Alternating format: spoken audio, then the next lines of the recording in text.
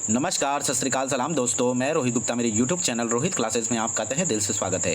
दोस्तों, हम यहाँ NCERT क्लास 8 सामाजिक विज्ञान यानी हिस्ट्री का जो इसमें पार्ट है दोस्तों, इसका चैप्टर नंबर 2 कर रहे थे, जिसमें आज हमारा जो है चैप्टर नंबर 2 का भाग 2 यानी पार्ट 2 दोस्तों हम लोग पढ़ने जा रहे हैं। तो इससे पहले हम लोग पार्ट 1 कंप्लीट कर लिया है, और जिन लोगों ने अब तक मेरे उस वीडियो को नहीं देखा है दोस्तों, तो प्लीज़ वो मेरे चैनल के प्लेलिस्ट में जाइए और उस वीडियो को देखकर अपनी पढ़ाई को आगे बढ़ाइए। ओके, और जिन लोगों ने अब तक मेरे इस चैनल को सब्सक्राइब नहीं किया है दोस्तों, तो प्लीज़ आपसे अनुरोध है कि आप लोग ज़्यादा से ज़्यादा करके मेरे इस चैनल को सब्सक्राइब करके बेल आइकन प्रेस कर दीजिए, ताकि आपको आने वाली वीडियो सही टाइम पर मिल सके, और ज़्यादा से ज़्यादा लोगों में शेयर करिए दोस्तों, क्योंकि इस मंथ के लास्ट तक आप लोगों को 1 की मेरा कंप्लीट करवाना है। ओके, ताकि मैं नेक्स्ट बुक भी ला सकूँ। ठीक, जितना जल्दी आप लोग मेरा 1 की दोस्तों करवाएंगे, उतना जल्दी मैं अलग अलग टाइप्स की बुक्स जो हिस्ट्री के हैं वो मैं प्रोवाइड कराऊंगा। ओके, तो चलिए स्टार्ट करते हैं। चैप्टर नंबर 2, व्यापार से साम्राज्य तक कंपनी की सत्ता स्थापित होती है, भाग 2। इसमें हम लोग का आज का जो टॉपिक था दोस्तों, आज हम लोग अपने टॉपिक पे जाते हैं। ठीक है, चलिए अपने टॉपिक पे हम लोग पहुंचते हैं। हम लोगों ने कवर कर लिया था लगभग, यहाँ पे हम लोगों को पढ़ना था कंपनी का फैलता शासन। आज का टॉपिक हम लोगों का यही रहेगा दोस्तों। ठीक है, तो चलिए इसको पढ़ते हैं। यदि हम 1757 से 1857 के बीच ईस्ट इंडिया कंपनी के द्वारा भारतीय राज्यों पर कब्जे की प्रक्रिया को देखें, तो कुछ महत्वपूर्ण बातें सामने आती हैं। किसी अनजान इलाके में कंपनी ने सीधे सैनिक हमला प्रायः नहीं किया। उसने किसी भी भारतीय रियासत का अधिग्रहण ठीक है, अधिग्रहण मतलब उसको मतलब अपने अंडर में करना। ठीक है, अधिग्रहण करने से उस पर कब्जा करना, ऐसे भी बोल सकते हैं, करने से पहले विभिन्न राजनीतिक, आर्थिक और कूटनीतिक साधनों का इस्तेमाल किया। बक्सर की लड़ाई 1764 ईस्वी के बाद कंपनी ने भारतीय रियासतों में रेजिडेंट तैनात कर दिए। ये कंपनी के राजनीतिक या व्यावसायिक प्रतिनिधि होते थे। उनका काम कंपनी के हितों की रक्षा करना और उन्हें आगे बढ़ाना था। रेजिडेंट के माध्यम से कंपनी के अधिकारी भारतीय राज्यों के भीतरी मामलों में भी दखल देने लगे थे। अगला राजा कौन होगा, किस पद पर किसको बिठाया जाएगा, इस तरह की चीज़ें भी कंपनी के अफसर ही तय करना चाहते थे। कई बार कंपनी ने रियासतों पर सहायक संधि भी थोप दी। जो रियासत इस बंदोबस्त को मान लेती थी, उसे अपनी स्वतंत्र सेनाएं रखने का अधिकार नहीं था दोस्तों। ठीक है, नहीं रहता था। आगे देखते हैं। उसे कंपनी की तरफ से सुरक्षा मिलती थी और सहायक सेना के रख रखाव के लिए वह कंपनी को पैसा देती थी।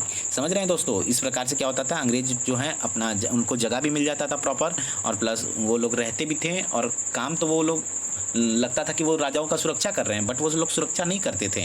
वो लोग अपना मतलब वर्चस्व बना रहे थे, धीरे धीरे अपनी संख्याओं को बढ़ा रहे थे वो, और उसका भाई रहना खाना इसमें तो खर्च होता ही होगा भाई। भले ही उस समय जो है अनाज का कोई कमी नहीं था, लेकिन फिर भी था।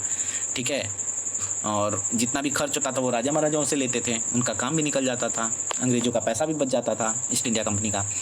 चलिए आगे देखते हैं। अगर भारतीय शासक रकम अदा करने में चूक जाते थे, तो जुर्माने के तौर पर उनका इलाका कंपनी अपने कब्जे में ले लेती थी। उदाहरण के लिए दोस्तों, हम लोग यहाँ अंडरलाइन करेंगे। ठीक है, उदाहरण के लिए देख लेते हैं। कहाँ गया, हाँ, उदाहरण के लिए जब रिचर्ड वेलेजली गवर्नर जनरल 1798 से 1805 तक था, उस समय अवध के नवाब को 1801 ईस्वी में अपना आधा इलाका कंपनी को सौंपने के लिए मजबूर किया गया, क्योंकि नवाब सहायक सेना के लिए पैसा अदा करने में चूक गए थे। इसी आधार पर हैदराबाद के भी कई इलाके छीन लिए गए थे। ठीक है, सहायक संधि के थ्रू दोस्तों क्या करते थे अंग्रेज लोग, एक तरीके से कहा जा सकता है कि वो लोग जुल्म करते थे। ठीक है, भारतीयों पर। चलिए आगे देख लेते हैं दोस्तों। यहाँ फिगर है, ये फिगर देखिए ध्यानपूर्वक, ये फिगर है। ठीक है, सुजाउद्दौला जो थे, ये नवाब जो हैं सुजाउद्दौला, इन पर इतना कर लगा देते हैं, इतना टैक्स लगा देते हैं, उसके बाद भी देखिए अंग्रेजों के सामने शान और शौकत बरकरार रखे हैं अपना। ठीक है, चलिए इस फिगर में क्या लिखा गया है थोड़ा इसे पढ़ लेते हैं।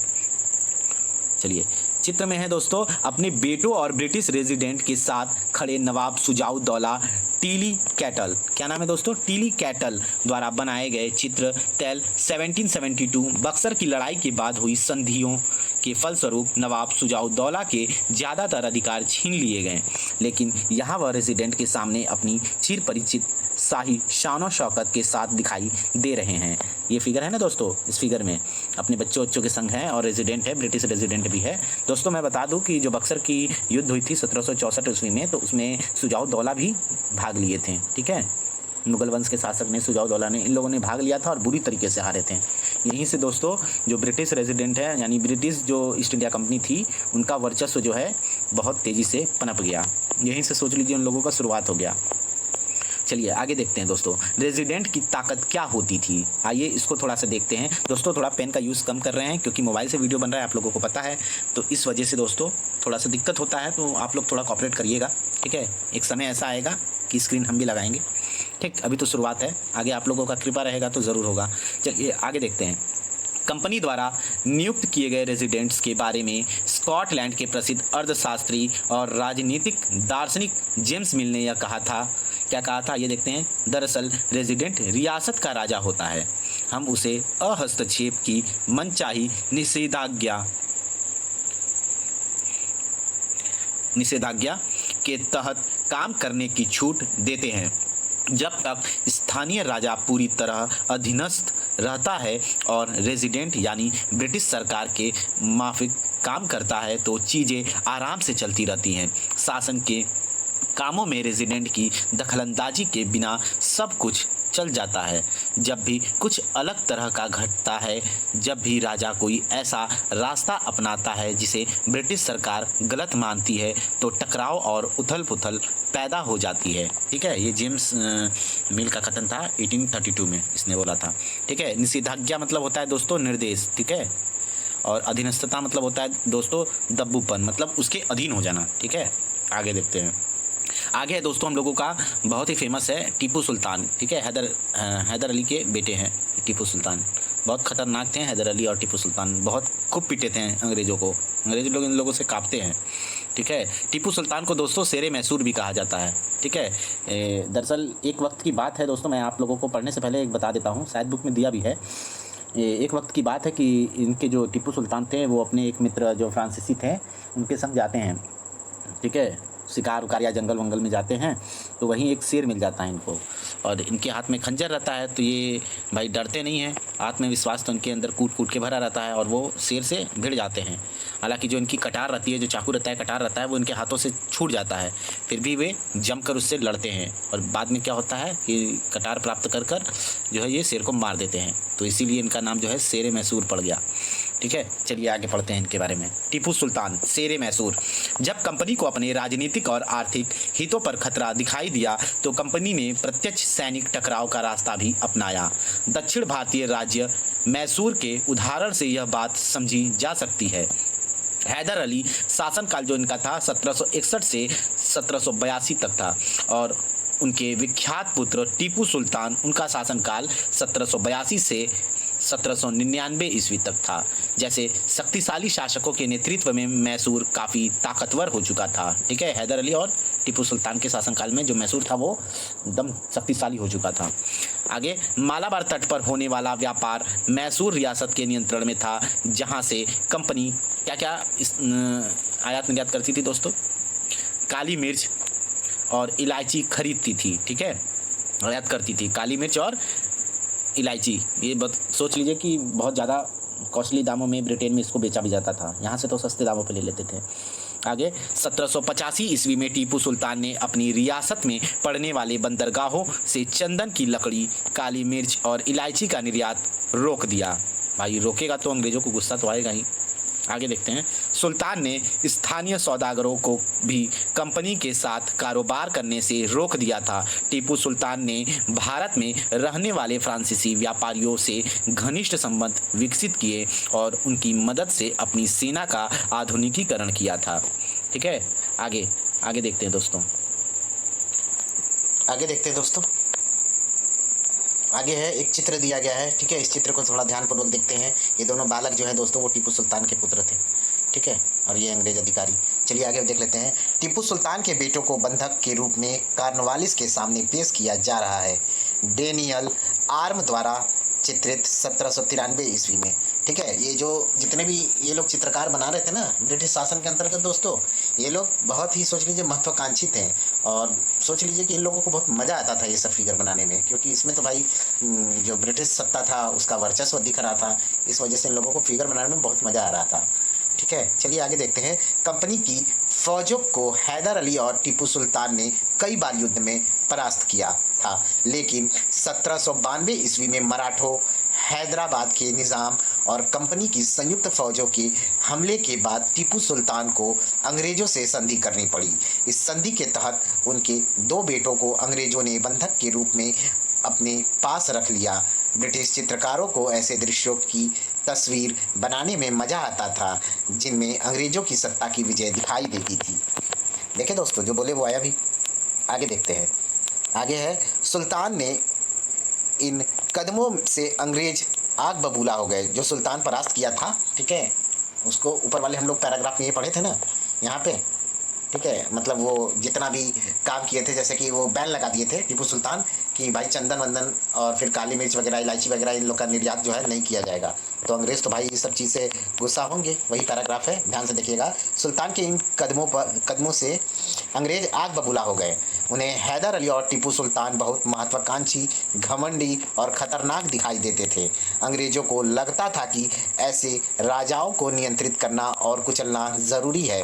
इसके फलस्वरूप मैसूर के साथ अंग्रेज़ों की 4 बार जंग हुई। ठीक है, 4 युद्ध लड़े थे अंग्रेज़ और मैसूर। पहला युद्ध दोस्तों आपका 1767 से 1769 ईस्वी तक हुआ। दूसरा आंग्ल मैसूर युद्ध दोस्तों 1780 से 1784 ईस्वी तक चला। तीसरा आंग्ल मैसूर युद्ध दोस्तों 1790 से 1792 ईस्वी में चला। और चौथा दोस्तों 1799 ईस्वी में चला, जिसमें दोस्तों आपको पता ही है टीपू सुल्तान हत्या चढ़ गए थे। आगे, श्रीरंगपट्टनम की आखिरी जंग में कंपनी को सफलता मिली। अपनी राजधानी की रक्षा करते हुए टीपू सुल्तान मारे गए और मैसूर का राजकाज पुराने वोडियार राजवंश के हाथों में सौंप दिया गया। ठीक है दोस्तों, हालांकि हम अंडरलाइन नहीं कर रहे हैं, ठीक है, प्लीज़ आप लोग ये डेट जो मैंने बताया है आंग्ल मैसूर युद्ध वाला, ये इंपॉर्टेंट है, हालांकि यूज़ करना चाहिए मेरे को ये चीज़, ये देख लीजिएगा दोस्तों आप लोग, ठीक है। ये इंपॉर्टेंट लाइन है, आंग्ल मैसूर युद्ध 4 लड़ेंगे, क्षमा करिएगा, ये क्या हो गया भाई। हाँ, ये है आपका पहला, दूसरा, तीसरा और ये चौथा, ठीक है। और उसके बाद वोडियार राजवंश के हाथों में सौंप दिया गया, ठीक है। आगे इसके साथ ही मैसूर पर भी सहायक संधि थोप दी गई। ठीक, चलिए आप लोग थोड़ा कोऑपरेट करिएगा। आगे आगे दोस्तों ये फिगर है, ये खिलौना है, ये आपका टीपू सुल्तान का ये आदमी को मारता हुआ शेर है, ठीक है, ये वाला है खिलौना। देखते हैं टीपू का खिलौना शेर। यह टीपू के एक विशालकाय मशीनी खिलौने की तस्वीर है। इसमें यह नकली शेर एक यूरोपीय सिपाही को दबाए हुए है। जब इसका हैंडल घुमाया जाता था तो नकली शेर दहाड़ता था और सिपाही के भीतर से चीख की आवाज़ें आती थीं। अब यह खिलौना शेर जो है लंदन स्थित विक्टोरिया एंड एल्बर्ट म्यूज़ियम में रखा गया है। ठीक है, टीपू सुल्तान की मृत्यु के पश्चात जो है अंग्रेज जो है इस खिलौने को उठा के ब्रिटेन भेज दिए। ठीक, आगे 4 मई 1799 ईस्वी को जब अपनी राजधानी श्रीरंगपट्टनम की रक्षा करते हुए टीपू सुल्तान की मृत्यु हो गई तो अंग्रेज इस खिलौनों को भी अपने साथ ले गए। ठीक है, वही बात है। आगे आगे दोस्तों यहाँ ब्रैकेट में है, कुछ दिया देखते हैं। टीपू की कहानी, इसको ज़रा ध्यानपूर्वक हम लोग पढ़ लेते हैं। आइए, राजाओं की छवि अक्सर जनश्रुतियों से भी बनती है। प्रचलित किस्सों में उनकी ताकत का खूब यशगान किया जाता है। 1782 ईस्वी में मैसूर के राजा बने टीपू सुल्तान के बारे में कहा जाता है कि एक बार वे अपने फ्रांसीसी दोस्त के साथ जंगल में शिकार खेलने गए थे।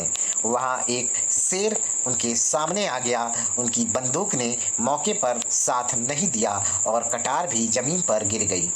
फिर भी टीपू ने निहत्थे ही शेर का मुकाबला किया और आखिरकार कटार उठा ली। अंत में उन्होंने शेर को मार गिराया। इसी के बाद से उन्हें शेरे मैसूर कहा जाने लगा था। उनके राजसी झंडे पर भी शेर की तस्वीर होती थी। ठीक है दोस्तों, ये टीपू सुल्तान का टॉपिक स्टार्ट करने से पहले मैंने ये पॉइंट आप लोगों को बताया था।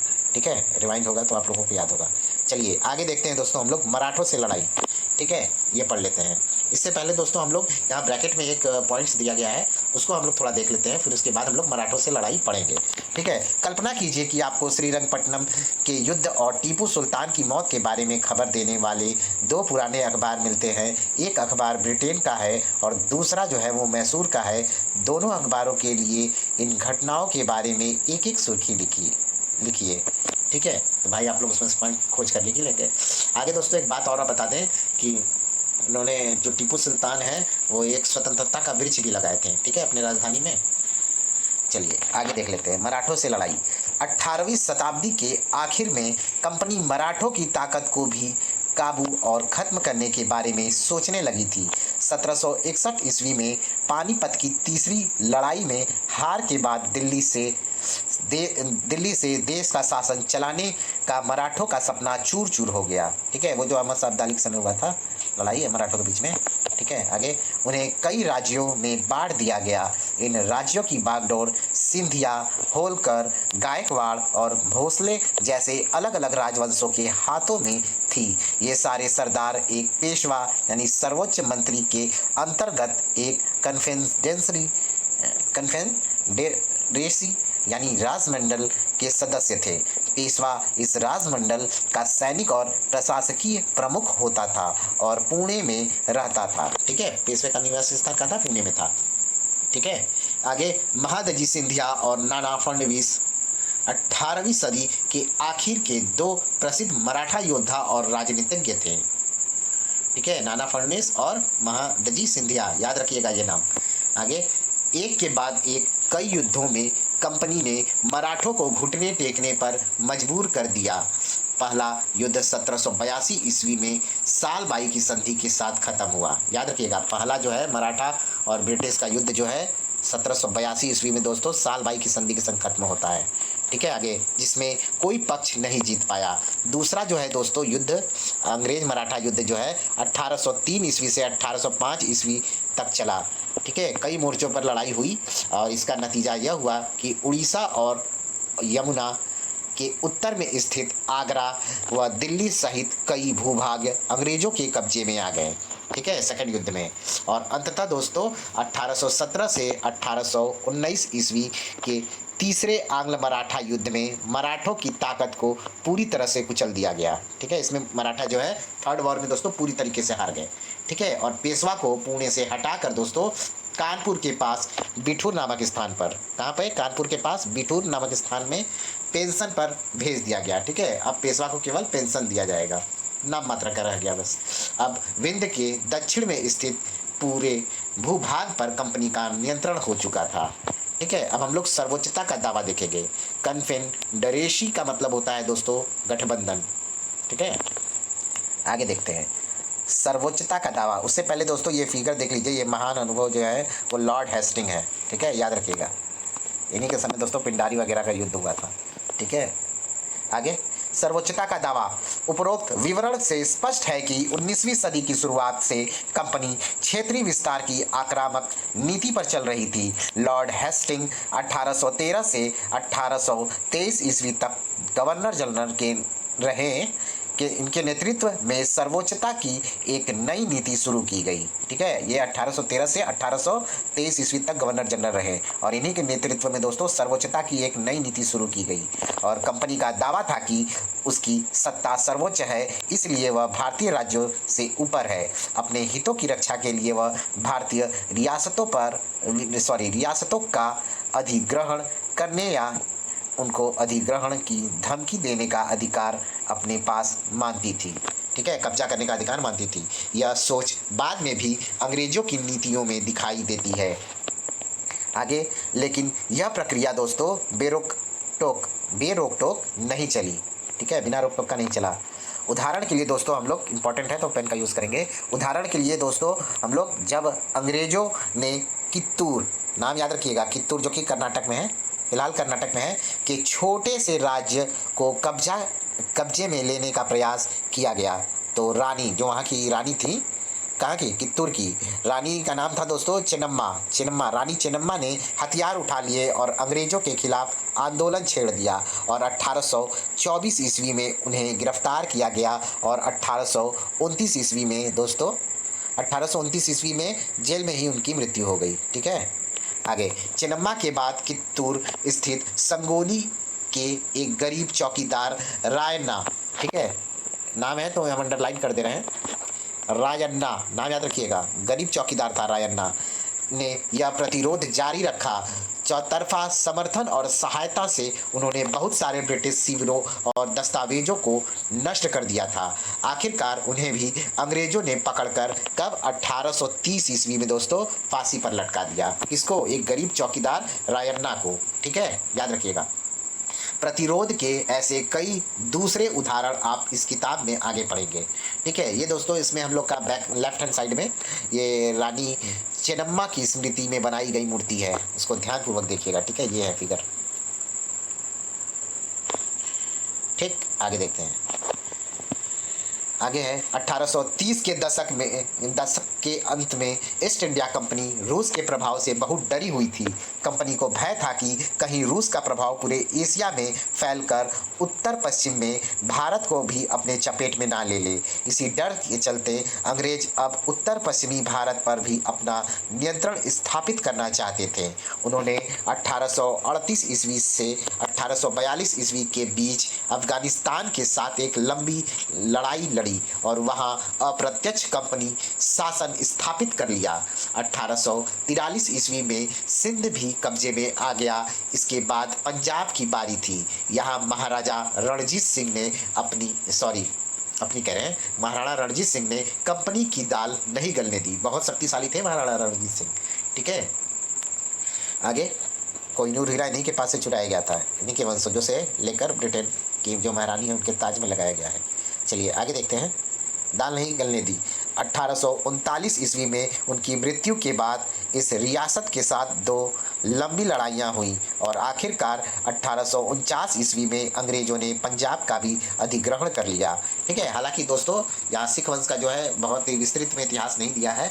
इसका जो है दोस्तों डिटेल में हम जो है एनसीईआरटी के बुक में क्लास 12 वगैरह के बुक में अगर रहेगा तो हम उसमें ज़रूर आपको फुल्ली डिटेल से पढ़ाएंगे। ठीक है, अभी हम लोग निचले स्तर से स्टार्ट कर रहे हैं, तो आप लोग कॉपरेट करिए, आगे मिलेगा सब कुछ आपको।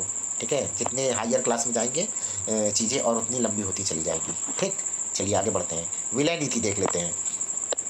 अधिग्रहण की आखिरी लहर 1848 ईस्वी से 1856 ईस्वी के बीच गवर्नर जनरल बने लॉर्ड डलहौजी के शासनकाल में चली। लॉर्ड डलहौजी ने एक नई नीति अपनाई जिसे विलय नीति का नाम दिया गया। ठीक है, किस नीति का? विलय नीति। याद रखिएगा, अंडरलाइन नहीं कर रहे हैं लेकिन रिपीट कर रहे हैं दोस्तों, इसलिए प्लीज़ इसको ध्यान रखिएगा। विलय नीति किसने दिया था? लॉर्ड डलहौजी ने। आगे, यह सिद्धांत इस तर्क पर आधारित था कि अगर किसी शासक की मृत्यु हो जाती है और उसका कोई पुरुष वारिस नहीं है तो उसकी रियासत हड़प ली जाएगी, यानी कंपनी के भूभाग का हिस्सा बन जाएगी।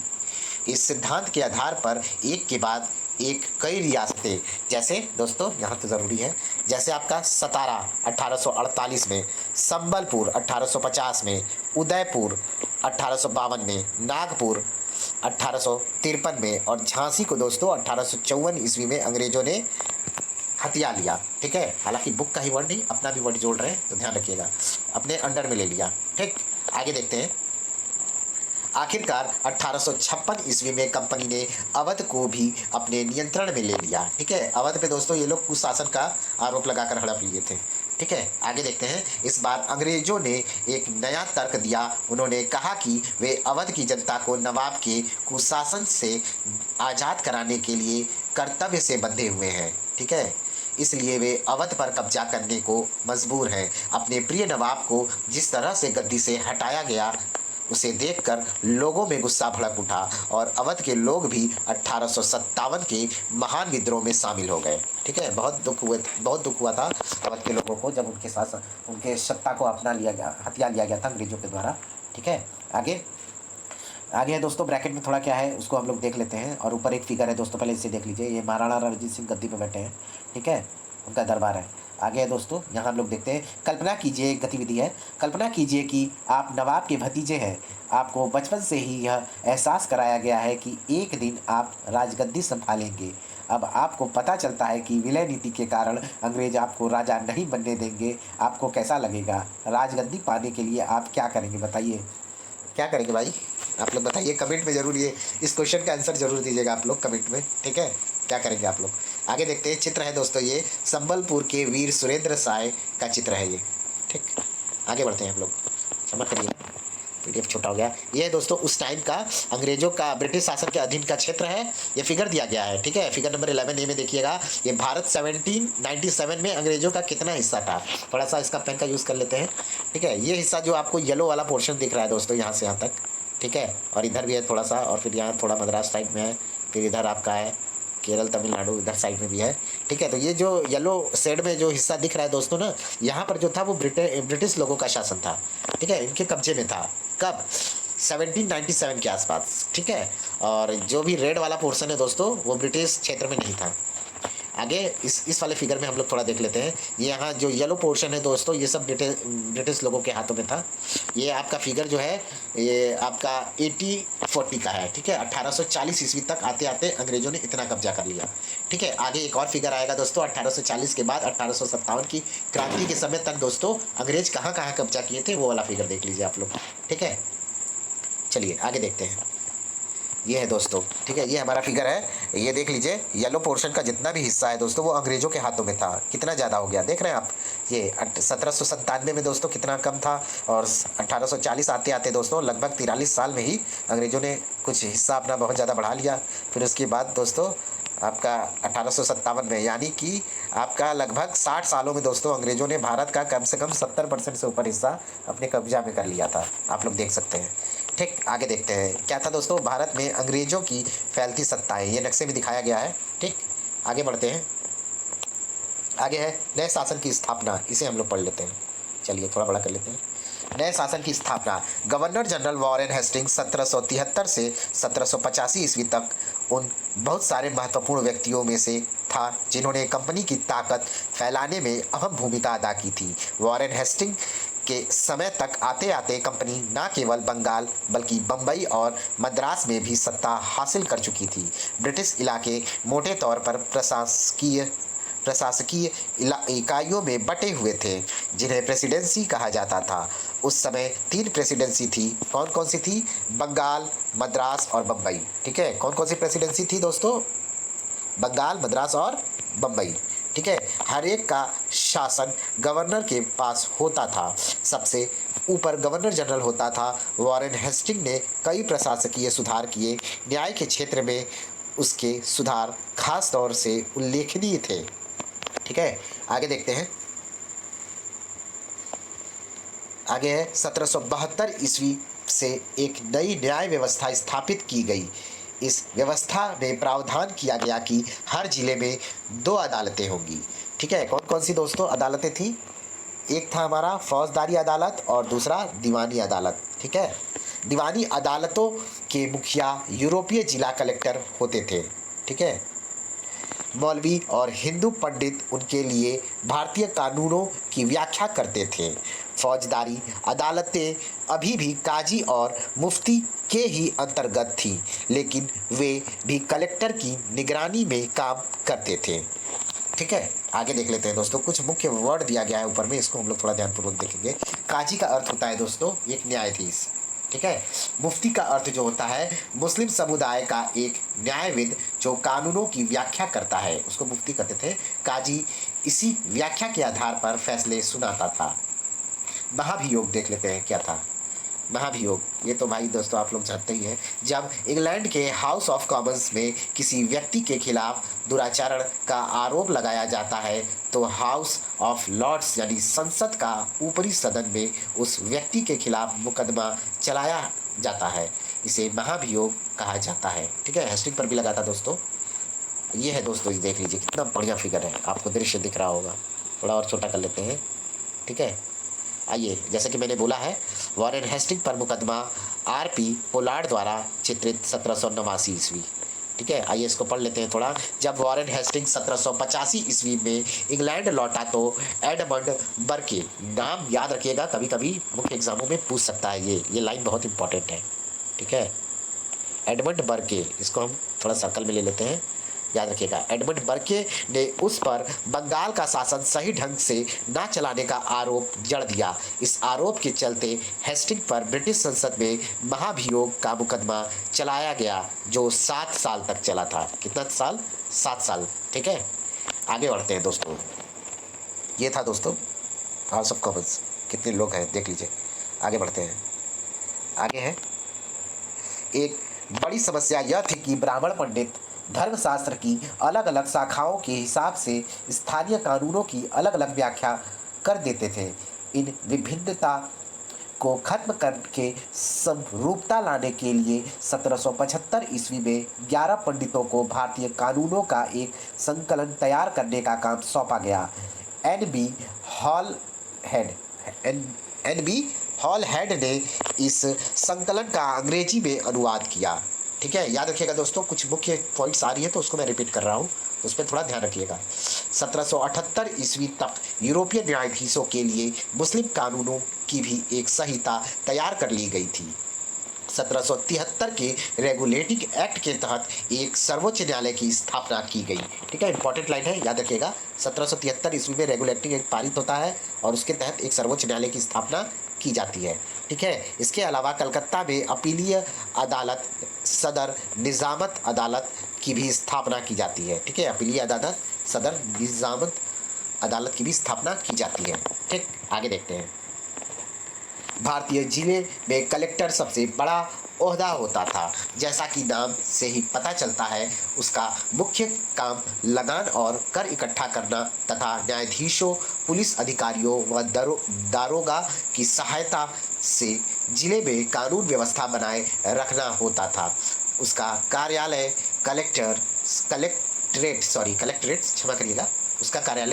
कलेक्ट्रेट सत्ता और संरक्षण का नया केंद्र बन गया था, जिसने पुराने सत्ता केंद्रों को हाशिए पर ढकेल दिया।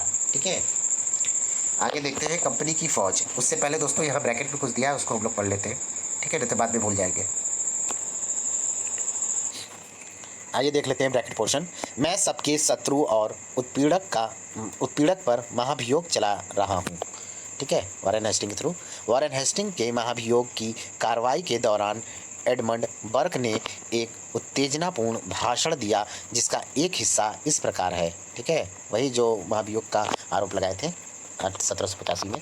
आगे, मैं उनके हेस्टिंग के मतलब ऊपर भारत के लोगों की ओर से महाभियोग चला रहा हूँ, जिनके अधिकारों को उन्होंने पैरों तले रौंद दिया और जिनके देश को उन्होंने रेगिस्तान बना दिया है। अंत में मानव स्वभाव के नाम पर, स्त्री पुरुष के नाम पर, हर उम्र के नाम पर, हर ओहदे के नाम पर मैं सबके साझा शत्रु और सबके उत्पीड़क पर महाभियोग चला रहा हूँ। ठीक है, बहुत ही इंपॉर्टेंट व्यक्ति थे। कम से कम इनके अंदर ये तो ताकत था कि खोल के बोल सकते थे। आगे देखते हैं दोस्तों कंपनी की फौज। आइए देख लेते हैं, थोड़ा बड़ा कर लेते हैं। कंपनी की फौज। कंपनी के साथ भारत में शासन और सुधार के नए विचार तो आए, लेकिन उसकी असली सत्ता सैनिक ताकत में थी। मुगल फौज मुख्य रूप से घुड़सवार यानी सवार घोड़े पर चलने वाले प्रशिक्षित जो थे उनको बोलते थे घुड़सवार, और पैदल सेना थी। उन्हें तीरंदाजी और तलवारबाजी का प्रशिक्षण दिया जाता था। सेना में सवारों का दबदबा रहता था और मुगल साम्राज्य को एक विशाल पेशेवर प्रशिक्षण वाली पैदल सेना की ज़रूरत महसूस नहीं होती थी। ठीक है, आगे देखते हैं। ग्रामीण इलाकों में सशस्त्र किसानों की बड़ी संख्या थी। स्थानीय जमींदार मुगलों को ज़रूरत पड़ने पर पैदल सिपाही मुहैया कराते थे। ठीक है, मुगल वंश को मतलब मुगल वंश के सैनिकों को अगर ज़रूरत पड़ती थी तो जो जमींदार लोग थे वो लोग लोगों को प्रोवाइड कराते थे, लोगों को वहाँ पे देते थे। ठीक है, आगे 18वीं सदी में जब अवध और बनारस जैसी रियासतों में किसानों को भर्ती करके उन्हें पेशेवर सैनिक प्रशिक्षण दिया जाने लगा तो यह सूरत बदलने लगी। ईस्ट इंडिया कंपनी ने जब अपनी सेना के लिए भर्ती शुरू की तो उसने भी यही तरीका अपनाया था। ठीक है, आगे देखते हैं। अंग्रेज अपनी सेना को सिपाही, जो भारतीय शब्द सिपाही से ही बना है, आर्मी कहते थे। ठीक है, अंग्रेज लोगों का साथ सोच लीजिए, भारतीयों ने मूर्खतापूर्वक बहुत दिया। अगर भारतीय अगर चालाक होते हैं अंग्रेज़ों की तरह तो ये लोग कभी रूल नहीं कर पाते। हालांकि अब वो परिस्थिति कभी जीवन में आ नहीं सकता है। ठीक है, आगे देखते हैं। 1820 के दशक से जैसे जैसे युद्ध तकनीक बदलने लगी, कंपनी की सेना में घुड़सवार टुकड़ियों की ज़रूरत कम होती गई। इसकी वजह यह थी कि ब्रिटिश साम्राज्य बर्मा, अफगानिस्तान और मिस्र में भी लड़ रहा था, जहां सिपाही मस्केट यानी तोड़ेदार बंदूक और मैचलॉक से लैस होते थे। ठीक है, मैचलॉक से लैस होते थे। कंपनी की सेना के सिपाहियों को बदलती सैनिक आवश्यकताओं का ध्यान रखना पड़ता था और अब उसकी पैदल टुकड़ी ज़्यादा महत्वपूर्ण होती जा रही थी। ठीक है, आगे देखते हैं दोस्तों। आगे है कुछ वर्ड्स दिया गया है, उसको थोड़ा ध्यानपूर्वक देख लेते हैं, फिर हम लोग आगे बढ़ते हैं। जैसे धर्मशास्त्र क्या है? संस्कृत की ऐसी कृतियाँ जिनमें सामाजिक तौर तरीकों और आचरण के सिद्धांतों की व्याख्या की जाती है। ये धर्मशास्त्र ईसा पूर्व 500 वर्ष से भी पहले लिखे गए थे। आगे है सवार, घुड़सवार जिन्हें बोला जाता था। मस्केट क्या है? अभी वर्ड आया था ना, मस्केट तोड़ेदार बंदूक को कहा जाता है। आगे देखते हैं क्या है? पैदल सिपाहियों द्वारा इस्तेमाल की जाने वाली एक भारी बंदूक थी मस्केट। आगे मैचलॉक क्या है दोस्तों? शुरुआती दौर की बंदूक जिसमें बारूद को माचिस से चिंगारी दी जाती थी। ठीक है, बारूद भरा जाता था उसमें बंदूक में दोस्तों, फिर उसको चिंगारी के थ्रू चलाया जाता था। ठीक है, उसके बाद इनफील्ड आया अपना 1857 के समय। चलिए आगे देख लेते हैं। पहले हम लोग चित्र को देख लेते हैं। चित्र में है दोस्तों घुड़सवार सैनिक। ठीक है, ये क्या है आइए पढ़ लेते हैं थोड़ा इनके बारे में। कंपनी के लिए काम करने वाला बंगाल का एक सवार घुड़सवार था।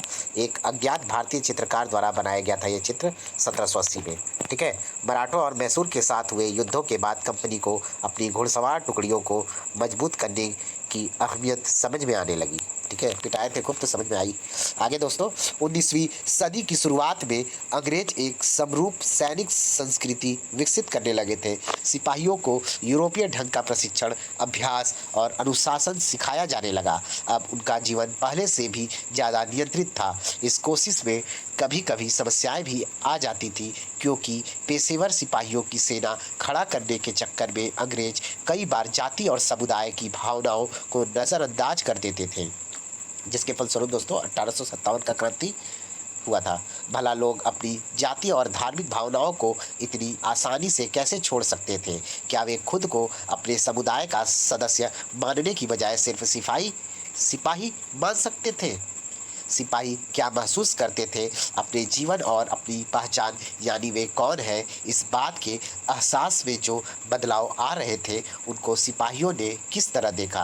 1857 का विद्रोह हमें सिपाहियों की इस दुनिया की झलक दिखाता है। इस विद्रोह के बारे में आप अध्याय 5 में पढ़ेंगे। ठीक है, जब हम लोग चैप्टर नंबर 5 पढ़ेंगे तो 1857 की क्रांति जो है फुल्ली डिटेल में पढ़ेंगे। ठीक है, यहाँ आमतौर पर नॉर्मली बता दिया गया कि ऐसे ऐसे हुआ था। ठीक है, मतभेद किए थे अंग्रेजों ने। ठीक है, जिसमें हम आपको एक छोटा सा रिव्यू दे देते हैं 1857 की क्रांति में। दरअसल बात यह है कि अंग्रेज क्या थे उस समय, अंग्रेजों के दल में नई बंदूक आई थी, इनफील्ड नाम की बंदूक थी एक। उसमें क्या था दोस्तों कि उसमें फिर डायरेक्ट जो गोली होता था बंदूक का, वो गाय और सुअर के मांस का बना होता था। ठीक है, और हमारा जो क्या बोलते हैं, जो सैनिक लोग थे उसमें हिंदू भी थे और मुसलमान लोग भी थे। ठीक है, हमारे मुस्लिम भाई और हिंदू भाई दोनों लोग थे। तो आपको पता है हमारे हिंदू धर्म में क्या है कि गाय जो होता है वो हम लोग पवित्र मानते हैं। पशु, हम लोगों की गाय जो है वो पवित्र पशु है, तो गाय का तो हम लोग मांस का तो यूज़ कर सकते नहीं है, हम लोग में तो निषेध है। और इसी प्रकार से जो हमारे मुस्लिम भाई हैं उनके धर्म में जो सुअर की मांस होती है वो हराम कहा जाता है, वो उस शब्द को। ठीक है, मैं कोई गाली नहीं बोल रहा हूँ, एक शब्द है उर्दू में, हराम उसको माना जाता है। ठीक है, तो इस प्रकार से अंग्रेज लोग जो है चर्बी से बनाते थे कारतूस। ठीक, कारतूस बनाते थे। तो ये यही जो था मतभेद का कारण था। जब सैनिकों को ये चीज़ पता चला तो भाई 1857 की क्रांति जो है पनप गई। ठीक है, राजा महाराजाओं का भी अपना वो था, हड़प नीति से भी वो लोग खफा थे। ठीक है, बट ये भी सबसे प्रमुख कारण था। ठीक, आगे देखते हैं, निष्कर्ष देख लेते हैं दोस्तों इस लेसन का। ठीक है, ईस्ट इंडिया कंपनी एक व्यापारिक कंपनी से बढ़ते बढ़ते एक भौगोलिक औपनिवेशिक शक्ति बन गई। 19वीं सदी की शुरुआत में नई भाप तकनीक के आने से यह प्रक्रिया और तेज हुई। ठीक है, यानी कि उस ट्रेन वगैरह मतलब रेल वगैरह का निर्माण होने लगा। तब तक समुद्र मार्ग से भारत पहुंचने में 6 से 8 माह का समय लग जाता था। भाप से चलने वाले जहाज़ों ने यह यात्रा 3 हफ्तों में समेट दी। इसके बाद तो ज़्यादा से ज़्यादा अंग्रेज और उनके परिवार भारत जैसे दूर देश में आने लगे। 1857 तक भारतीय उपमहाद्वीप के 63% भूभाग और 78% आबादी पर कंपनी का सीधा शासन स्थापित हो चुका था। ठीक है, देश के शेष भूभाग और आबादी पर कंपनी का अप्रत्यक्ष प्रभाव था। इस प्रकार व्यावहारिक स्तर पर ईस्ट इंडिया कंपनी पूरे भारत को अपने नियंत्रण में ले चुकी थी। ठीक है दोस्तों, तो इस प्रकार से दोस्तों हमारा लेसन जो है यही समाप्त होता है। ठीक है, नेक्स्ट वीडियो में दोस्तों हम लोग चैप्टर नंबर 3 पढ़ेंगे। ठीक है, 3 ग्रामीण क्षेत्र पर शासन चलाना, ये पढ़ेंगे।